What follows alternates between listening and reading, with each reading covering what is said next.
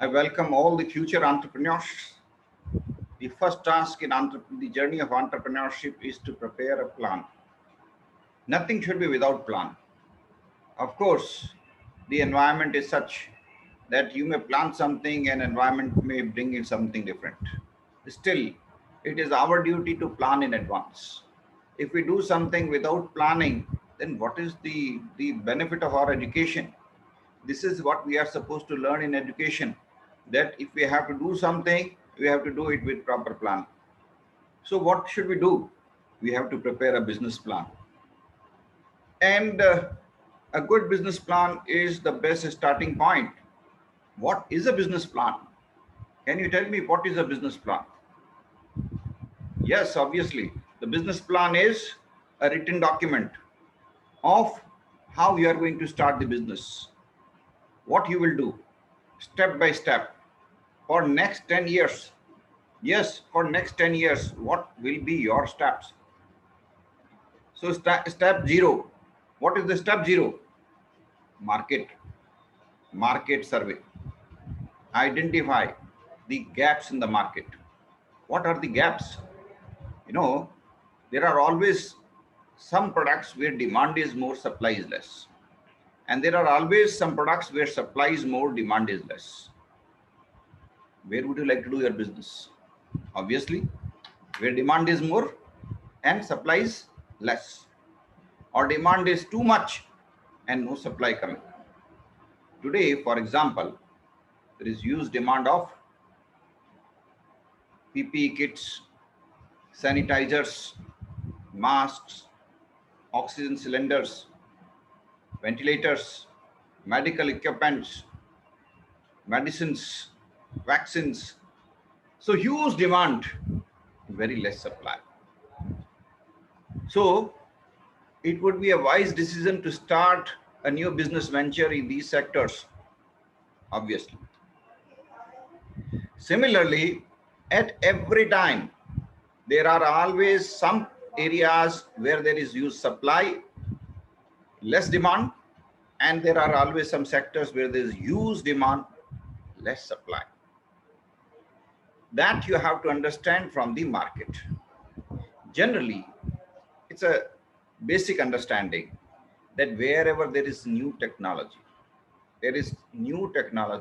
obviously there is more demand, less supply, because it takes some time for people to understand the new technology, right? So find out those segments where new technologies, new researches, new innovations, new developments are taking place. Probably there you will find market gaps. Bigger the gap, greater is the opportunity. If there is a huge gap, obviously there is a huge opportunity. One basic principle in entrepreneurship is you always start as small as possible. Because if you think you will start when you will have a 1 crore rupees of capital, you will never be able to start. The best idea is start as small as possible. If you have just 1 lakh rupees, you start your business enterprise with 1 lakh rupees of investment. Start as small. But the biggest plus point in entrepreneurship is it grows at a geometric pace. If your business is very well planned, very well defined, the growth is geometric. Therefore, today you are investing in your business 1 lakh rupees. In next 10 years, it will be business worth 10 crore rupees. So the decision that you take today will give you rewards in next 10 years. What are the steps that you have to do? First, prepare a team. Team of like-minded? No, not required like-minded. People with different background, people with different mindsets, people with different skill set, no problem. But all those who are very clear, they have to become entrepreneur. All those who are passionate to become entrepreneur, all those who understand that you are here for doing your business, that professional attitude is required. You know, business, what is the difference between business and government? In government, nothing is professional, frankly speaking. Especially, I'm talking about India. in Indian government, nothing is professional. They do something, some work as charity, they do something as half charity, they do something as a commercial, they do something as exploitative, they do something because political will is there, they do something because some pressure is there. What is this? This is why government sector is always loss making. Where government should have earned, they have always suffered losses. If they are earning just hardly 5-10% of their potential, in spite of the fact that they don't have to do marketing, they don't have to do any branding, they don't have to do it. I mean, all these expenditure. But in business, you have to do all these things. You have to do your marketing, you have to do your branding, you have to do your customer relationship management, you have to do all these things. Still, you have to earn money, because if you will not earn, your business will close down. So your first priority, your first thing, necessity is survival of your business. How will you survive? Does your business survive? Yes, profit. So how much profit? There is a term called break-even point. Your first target is that you have to attain break-even point in next 3-4 years. If you attain your break-even point in next 3-4 years, fine, that is your starting point. If you cannot get your break-even point in next 10 years, then don't go for that business. Don't try to go in a business in which you cannot attain break-even point in next 10 years. So prepare a business plan. Identify when will you be able to get your break-even point. When will you be able to earn reasonable money, which you require to reinvest into your business. If you will not earn money, how will you reinvest into business? How will you grow your business? Got it? There are two types of cost. One is fixed cost and one is variable cost. What is the difference between them? See, a variable cost is per unit cost. Variable per unit. How? Suppose I am selling vegetable. I'm a vegetable vendor. So I bring vegetable from the market. There is some cost involved. There is transportation cost involved. There is some processing cost involved. These are all per unit cost. These are all variable cost. If due to lockdown I close down my business, there is no cost, no variable cost, but fixed cost will continue. Fixed costs are whether I do something or not, I have to incur those costs. What are those costs? Rent. Whether it is lockdown, the rent is going to, rent will remain, building rent will remain. Then salary, whether it is lockdown or not. If I have hired an employee as manager in my company, I have to pay him salary. I cannot, say I do not want to pay salary. This is my fixed cost. So when we are preparing a business plan, we have to take these things into account. What is my fixed cost? What is my variable cost? What is my per unit cost? So all these things you have to take into account. Once these things are there, taken into account, then you have to find the price at which you have to sell. How will you earn price? Pricing of your product. Some people think cost plus price, cost plus margin. Cost is 100 rupees, 20% margin, add 120 rupees. But ideally, you have to understand the pricing process from the market. You have to look at the market. You have to look at the dynamics of the market. Don't look at your cost. Look at what the markets are. As per the market trends, as per the market understanding, as per the willingness of the customers to pay, as per the understanding of your market structure, you have to decide about the price. Price is what? Price is the reward that the society is giving to you for your contribution. You are satisfying the needs of the society. Society is giving back to you some price.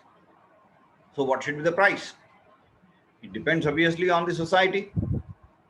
If you are doing great work, society will also be happy to give you more price, isn't it? Today, there is a trend in the society. People are going for organic products. People are just not out for buying organic products. Your cost is 10 rupees per kg, but the market is willing to buy at 90 rupees per kg.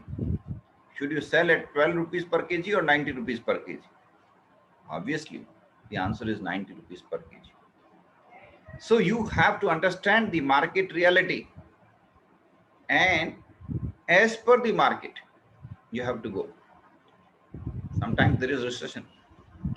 Now, suppose in real estate, this is a recession market because it's all COVID crisis and all this things. So real estate market is falling down. Now in real estate, suppose the flats are now selling at 2000 rupees per kg, per 2000 rupees per square feet. You wanted to sell at 3000 rupees per square feet. Your own cost is 2500 rupees per square feet. What should you do? Should you sell at 2000 rupees or should you sell at 3000 rupees? Well, obviously the answer is you cannot sell at 3000 rupees square feet. There will be no customers. You will have to sell at 2000 rupees. Should you sell? Yes, at least you will be able to recover your variable cost. If you are able to recover your variable cost, fine. You should be willing to sell even at a loss. Your cost is 2500 rupees per square feet, but your variable cost is, let's say, 1500 rupees per square feet. So you can reduce your price up to 1500 rupees per square feet. Yes, you can go down to that extent, because even if you sell at 1500 rupees per square feet, you are able to recover your variable costs. Fine, that's good. Fixed cost is going to be incurred in any case, but your variable cost should be recovered. So if you are not able to recover fixed cost, no problem, forget it. If you are able to recover your variable cost, continue your business. When the market situation improves, you can sell at higher price. Got it? These are minute business things that you have to plan in advance. You have to prepare your mindset. So we were talking, what are the steps? These are the steps that we have, that are just to prepare your mindset. So what are these first steps? Repeat. Our most important first step is identify market gap. What is market gap? Market gap is demand is more, supply is less. People are asking something and no supplier is there. This is market gap. Take organic food, for example. People are willing to buy organic food. It is not available in adequate quantity. There is a market gap. There is a business opportunity, right? Take oxygen, for example. People are willing to buy oxygen at any price. There are no supplies available. This is a market gap, right? Medicines, for example, vaccines, for example. For vaccines, people are willing to buy. People are willing to pay high price, isn't it? For vaccines, people are willing to pay high price. They are not available in adequate quantity. There is huge demand. Gap is there. Gap means demand is more, supply is less. Huge demand, huge opportunity. So this is how you have to start your business planning. And you have to prepare a team. Suppose you are 4 people. One is very good in agriculture, technology. One is very good in marketing. One is very good in accounting, right? One is very good in overall administration, HR management, public relations. This will be good team, right? What will be good team? A good team will be where people with different skills, different capabilities are coming together to do a business. Four of you will sit together, prepare a business plan. Now you may say, sir, there will be fight. No problem. This is good. This fight is good because this will enable you to sort out your differences. This will enable you to understand the blind spots of market. Yes, a fight in the beginning is a blessing. You will say something, your friend will say something opposite. Probably you missed out something. You realize, I didn't notice that thing. Your friend noticed it, and therefore your business plan will improve. So therefore, the fight in the beginning is a blessing in disguise. You engage into fighting. Four of you prepare a business plan, keep fighting in between. One person will say, no, I'll not go for this business. Another will say, I'll go for this business. There will fight. If there are fight, write down those points on which they are fighting. Prepare analysis, more detailed analysis, go to market, collect more data, analyze it. That's how you have to continue. Then you have to prepare a prototype. A prototype means a demo of your product.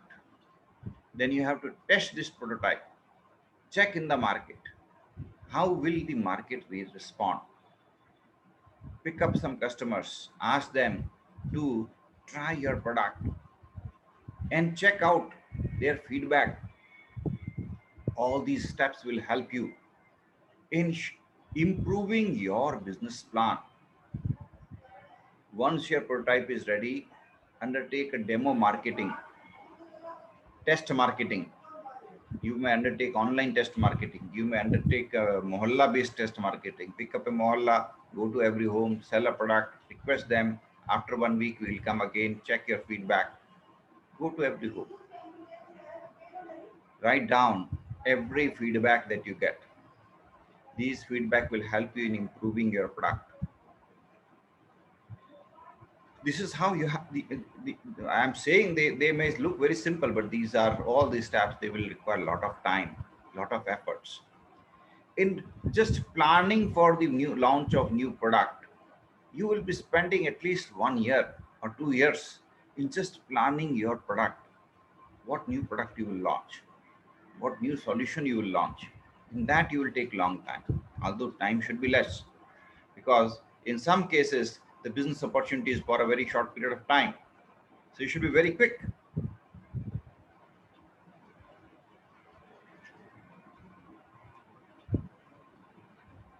So this business opportunity identification, planning, all these things will help you, isn't it?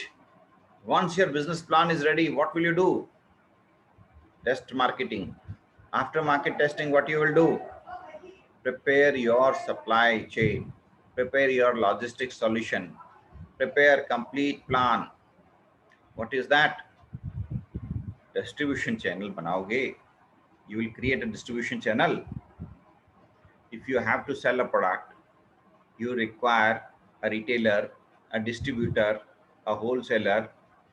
You require some people who will do promotion of your product, who will tell customers, who will demonstrate the product to the customers, isn't it? So you have to create a channel, isn't it? If you think it's not easy for you, you cannot do all these things.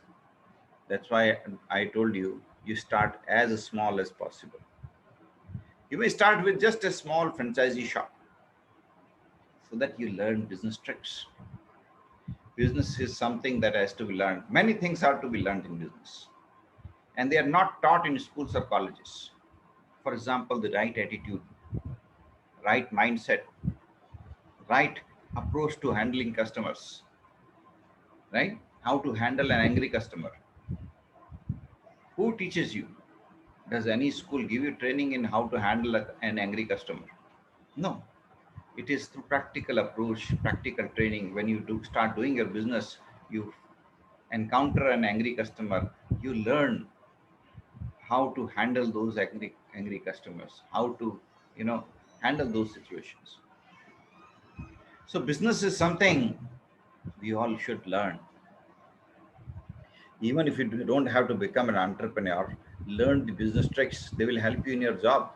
You'll become a better government executive, become a better officer. If you are working as a government employee, no problem. Your work will be different from others because your mindset will be that of an entrepreneur. Entrepreneur is passionate people. You will become a passionate person. If you are not passionate, if you don't have zunoon, if you don't have passion, don't ever think to become an entrepreneur. Think about, in that case, the best idea will be that you plan for a government job, become a government clerk somewhere, and the rest of the life keep enjoying. But if you are really passionate person, dynamic people person, really enthusiastic person, really somebody who is willing and open to experiment, then probably entrepreneurship would be a better journey. I don't say that entrepreneurship is the only choice for you. No. I don't say entrepreneurship is an easy choice for you. No, it's not easy. In a country like India, doing business is very difficult these days. There are plenty of government laws. Thousands of laws are there. Thousands of laws. So many laws, even government officers who are implementing those laws, they do not know all of them. So many laws are there. So many bylaws are there. Most of the laws were created by Britishers. We continued with them. Wherever we introduced a new law, we tried to scrap the earlier law, made it more complicated, made it more difficult, and introduced new law. So the situation is very grim for an entrepreneur. Plenty of business laws are there, plenty of government officers, inspectors are there. Someday some inspector will come, someday some other inspector come.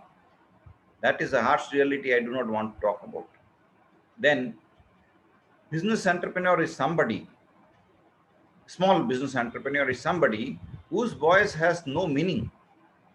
Government will not give you priority because for political leaders, their vote banks are important. You are not their vote bank.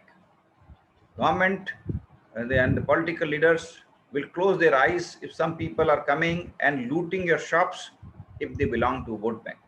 This is a harsh reality. So I mean, people may, these leaders may speak anything in the market saying that, look, we want to promote small entrepreneurs, we want to promote startups, all these things they may say. But the reality is, the harsh reality is that for them, their vote bank is important. They will not mind if you suffer losses, but their vote bank is able to thrive. So entrepreneurship is not truly the priority for government. It is not truly the priority for political parties. For some time in the past, the startup policy has started in India, which is which is one opportunity definitely, because there are some things that are there. There are some business incubation centers. There are some incentives for you to start a startup. So some initiatives are available which may help you for initial 10 years. You can use the various benefits that may be available to you for your startup, provided you get it registered under the startup policy. So starting a business at a small scale will build your confidence. It will enable you to get understanding of the market reality. And when you will work hard, understand the market better, improvise your product, you will keep on growing and your growth will be geometric. Of course, there are times when it may close down also because the market risks are there. Businesses, the other name of risks are always there. If there is a major risk, you may have to close down the business. During Corona times, many entrepreneurs had to close down their business. Now their business is closed down. Take, for example, hotels. Many hotels are closed down. The entrepreneurs had no choice. They decided to close down their business for next 2 years. Or they have now converted their hotel into hospitals. So risks, these are all risks that are there. And these risks I mean, you cannot plan for them in advance because who knows when the risk will come. That's why if you earn in business, keep some money reserved for risky times. If you earn 100 rupees, some part of it you will take. That is your dividend. That is your share. That is your share because you invested into the business. Some part of the business profit you will reinvest into your business. Keep some part of your profit into some reserve fund for meeting some emergency, for meeting critical situation, crisis situation. Who knows when a crisis may come, right? So you have to keep prepared for all of them. Business is the game of opportunity. If your eyes are open, your ears are open, your mind is also open, you will keep on noticing the opportunities that are coming in the market. If you are able to catch the opportunity, you have to be fast, you have to be dynamic, you have to adapt new technology, you have to give innovative solutions. If you quickly grab an opportunity, you may make money out of it. And when there is no more opportunity, close down that business, jump to another business. That flexibility you should have. You find an opportunity, grab it. Once the business opportunity is over, close down. Look for another opportunity. There are some entrepreneurs who invest very little into plant, building, permanent assets. They invest into pure business, that is into working capital, draw profit out of the business, and then again find another business opportunity and enter into that business opportunity. Because once you invest into your plant, building, machineries, fixed investments, you get tied to that industry. Then your flexibility gets reduced. You cannot remain as flexible. But we want flexibility. Your flexibility should be very high. Hello?